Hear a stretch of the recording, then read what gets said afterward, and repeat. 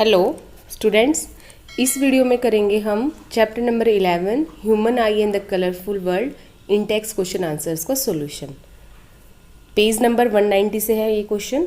तो देखिए क्या है फर्स्ट क्वेश्चन आपका, what is meant by power of accommodation of the eye. Power of accommodation eye का, उससे आप क्या समझते हैं। तो देखिए सबसे पहले मैं यहाँ पे एक आई का डायग्राम ड्रॉ कर रही हूँ। ये है लेंस, आई लेंस बोलते हैं जिसको हम। ये है हमारी आई। तो इसमें कौन कौन से पार्ट है उसको भी लेबल कर देते हैं। ये है आई का लेंस। आई लेंस कौन सा लेंस होता है हमारी आईज के अंदर, कन्वेक्स लेंस। यहाँ पे होती है आपकी सिलियरी मसल्स। क्या नाम है इन मसल्स का, सिलियरी मसल्स। सिलियरी मसल्स का काम क्या है, हमारे जो आई लेंस है उसकी फोकल लेंथ को कम ज़्यादा करना। उसके बाद जो ये वाला पोर्शन आपको नज़र आ रहा है जिसको मैंने ग्रीन से मार्क किया है, इसको बोलते हैं रेटिना, जहाँ पे क्या बनती है, इमेज। क्या है ये, रेटिना। लास्ट में जो आपको यहाँ से ये नर्व्स नज़र आ रही है, इनको हम बोलते हैं ऑप्टिक नर्व्स। क्या बोलते हैं इनको, ऑप्टिक नर्व्स। तो पावर ऑफ एकोमोडेशन को समझना है इस डायग्राम में हमें। तो पावर ऑफ एकोमोडेशन होता क्या है कि जो हमारा ये आई का लेंस है इसको क्या करती हैं सिलियरी मसल्स, कभी तो इसको थिक कर देंगी। थिक करेंगे कब करेंगे, जब पास के ऑब्जेक्ट्स को देखना है। अगर दूर के ऑब्जेक्ट्स को देखना है, डिस्टेंट ऑब्जेक्ट को देखना है, तब हमारा जो ये लेंस होगा तब क्या हो जाएगा, ये थिन हो जाएगा, पतला हो जाएगा। और ये करवाता कौन है ये काम, यहाँ पे सिलियरी मसल्स। तो सिलियरी मसल्स का मेन फंक्शन क्या है, आई का जो लेंस है उसको पतला करना या फिर मोटा करना, किसके अकॉर्डिंग, ऑब्जेक्ट्स की डिस्टेंस के अकॉर्डिंग। तो जो फोकल लेंथ की जो एडजस्टमेंट है, फोकल लेंथ मतलब जो ज़्यादा दूर है ऑब्जेक्ट तो डिस्टेंस बढ़ जाएगी, फोकल लेंथ बढ़ जाएगी। अगर ऑब्जेक्ट पास में है तो उसको देखने के लिए फोकल लेंथ क्या हो जाएगी, कम हो जाएगी। और ये सारा काम करवाता कौन है, सिलियरी मसल्स। इसी को हम बोलते हैं power of accommodation of the eye. ठीक है, अब देखिए इसमें आंसर्स में क्या लिखा हुआ है इसका, when the ciliary muscles are relax. जब सिलियरी मसल्स क्या होती है, रिलैक्स होती हैं, तब आई का लेंस कैसा हो जाता है, पतला हो जाएगा और फोकल लेंथ क्या हो जाएगी, बढ़ जाएगी, जिसकी वजह से हम जो दूर के ऑब्जेक्ट्स हैं उनको क्लियरली देख पाएंगे। उनको क्या कर पाएंगे हम, क्लियरली, वो हमारे लिए विजिबल होंगे। अगर देखने हैं नियर बाय ऑब्जेक्ट्स तब सिलियरी मसल्स क्या करती है, कॉन्ट्रैक्शन करेंगी और लेंस को कैसा बना देंगी, मोटा बना देंगी।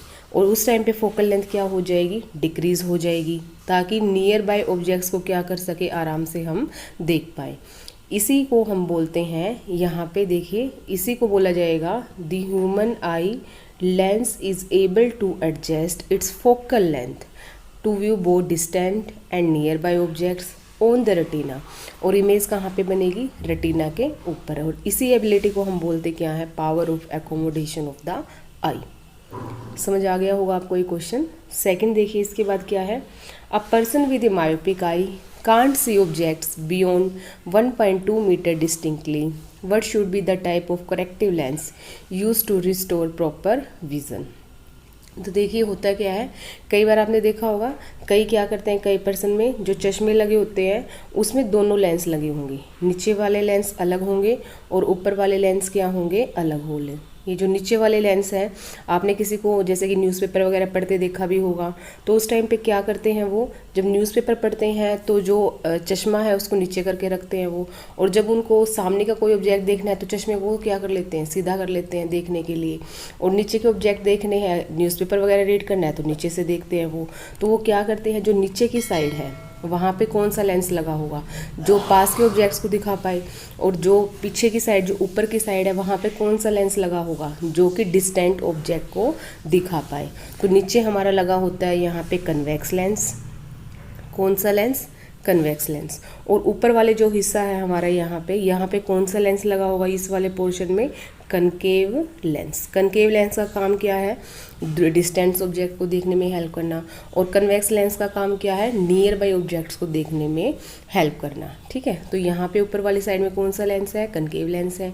नीचे ये कौन सा लेंस लगा होता है, कन्वेक्स लेंस, जिनके पास की और दूर की दोनों ही जो विज़न है उसमें प्रॉब्लम होती है, जिसको ना तो दूर का साफ दिखाई देती है ना पास का साफ दिखाई देता है।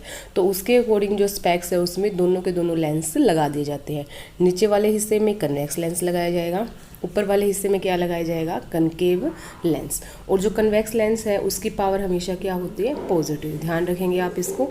और जो कनकेव लेंस है उसकी पावर क्या होती है, नेगेटिव।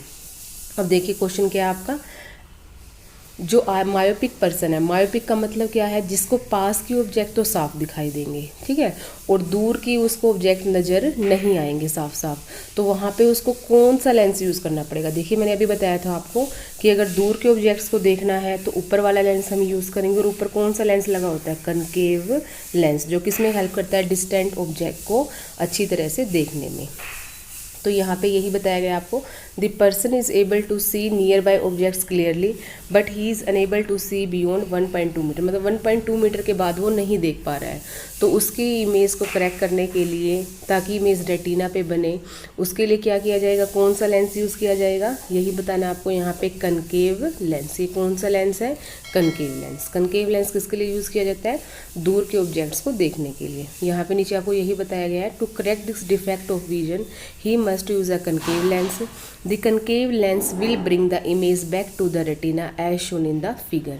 इसमें क्या होती है, जब इस तरह की मायोपिया डिजीज़ होती है तो वहाँ पे जो इमेज है वो बननी कहाँ पे चाहिए, रेटिना के ऊपर, लेकिन आपको यहाँ पे दिख रहा है ये वाला, इस वाले हिस्से में इमेज बनेगी रेटिना से पहले, और इमेज को बनाना कहाँ पे है, रेटिना के ऊपर। तो उसके लिए लेंस कौन सा यूज़ किया जाएगा, कनकेव लेंस। देखिए ये आपको लेंस लगा के दिखाया गया है यहाँ पे, ये है कनकेव लेंस, ये दिख रहा है आपको यहाँ पे। और अब जो इमेज है वो कहाँ पे बन रही है, रेटिना के ऊपर।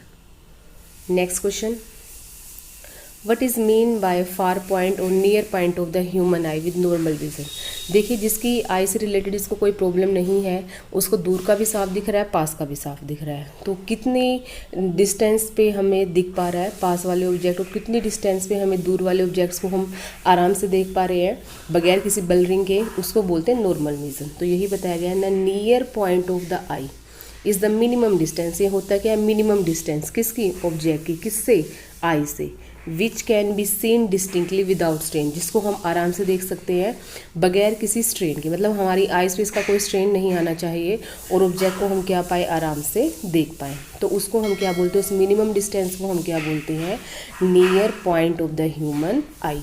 For a normal human I, normal human आई के लिए जो डिस्टेंस है वो कितनी है, 25 सेंटीमीटर। अगर मान लिया नॉर्मल आई नहीं है तो ये डिस्टेंस 25 नहीं होगी, ये डिस्टेंस कुछ और होगी। The far point of the eye is, far point क्या होगा, मैक्सिमम डिस्टेंस, नियर पॉइंट क्या है, मिनिमम डिस्टेंस, जिससे कि आई क्या कर सके, ऑब्जेक्ट को क्लियरली देख पाए। और जो फार पॉइंट है नॉर्मल आई का वो क्या है, इन्फिनिटी। इसको हम, जो आपको ये 8 की तरह जो सिंबल नज़र आ रहा है ना, इसको हम क्या बोलते हैं, इन्फिनिटी। देखिए आप मून को, स्टार्स को देख पाते हो ना, क्यों देख पाते हो, क्योंकि हमारा जो विज़न है उसकी जो रेंज है नॉर्मल आई की, डिस्टेंट रेंज में जो फार पॉइंट है वो कहाँ तक है, इन्फिनिटी तक है। कहाँ तक है, इन्फिनिटी तक। और मिनिमम 25 सेंटीमीटर डिस्टेंस। देखिए अगर आप बिल्कुल ही पास से देखते हैं किसी ऑब्जेक्ट को, या जैसे आपको कोई भी रीडिंग करनी है तो आइज़ के अंदर क्या होना शुरू हो जाता है, पेन होना शुरू हो जाता है, स्ट्रेन आ जाता है इसके ऊपर। तो नॉर्मली आपको अगर रीड भी करना है ना तो 25 सेंटीमीटर डिस्टेंस पे ही रख के आपको अपनी बुक्स वगैरह को आराम से रीड करना चाहिए, उससे आगे हमें नहीं रखना चाहिए। जैसे फ़ोन वगैरह भी देखते हैं तो बिल्कुल पास से नहीं देखना चाहिए हमें, कम से कम कितना डिस्टेंस हो हमारा, 25 सेंटीमीटर का। नेक्स्ट क्वेश्चन देखिए, लास्ट क्वेश्चन है ये इन टेक्स्ट का। A student has difficulty reading the blackboard while sitting in the last row. एक बच्चा है कोई क्लास के अंदर, वो लास्ट रो में बैठा हुआ है और उसको बोर्ड पे कुछ नज़र नहीं आ रहा है। What could be the defect the child is suffering from. बच्चे को किस तरह का डिफेक्ट है, how can it be corrected, और वो कैसे ठीक किया जा सकता है। अब देखिए उसको दूर के ऑब्जेक्ट देखने में प्रॉब्लम है, ठीक है, इन्होंने बोला है ना कि वो दूर से नहीं देख पा रहा, वो लास्ट में बैठा है। पास के ऑब्जेक्ट को देख पा रहा है लेकिन वो दूर से देखने में प्रॉब्लम है। तो उस डिजीज़ को क्या बोलते हैं, जिसमें पास के ऑब्जेक्ट क्लियरली विजिबल है और जो दूर से ऑब्जेक्ट है वो ब्लर नज़र आते हैं। ऐसा नहीं कि उसको दिखेगा ही नहीं, ब्लर नज़र आएगा, उसको क्लियरली नहीं दिखेगा, डिस्टिंक्टली उसको नहीं दिखेगा। तो यहाँ पे क्या नाम है डिफेक्ट का, इसको हम बोलते हैं मायोपिया। क्या बोलते हैं इसको, मायोपिया। इसमें क्या होगा, पास के ऑब्जेक्ट क्लियरली विजिबल होंगे और दूर के ऑब्जेक्ट नज़र नहीं आएंगे। और वैसे भी देखते हो ना, कई सारे बच्चों को क्लास में यही प्रॉब्लम होती है, उनको अगर लास्ट बेंच पे बिठा दिया जाए तो क्या बोलते हो, हमें नज़र नहीं आ रहा है। इसका मतलब उनको कौन सा डिफेक्ट आई से रिलेटेड, मायोपिया।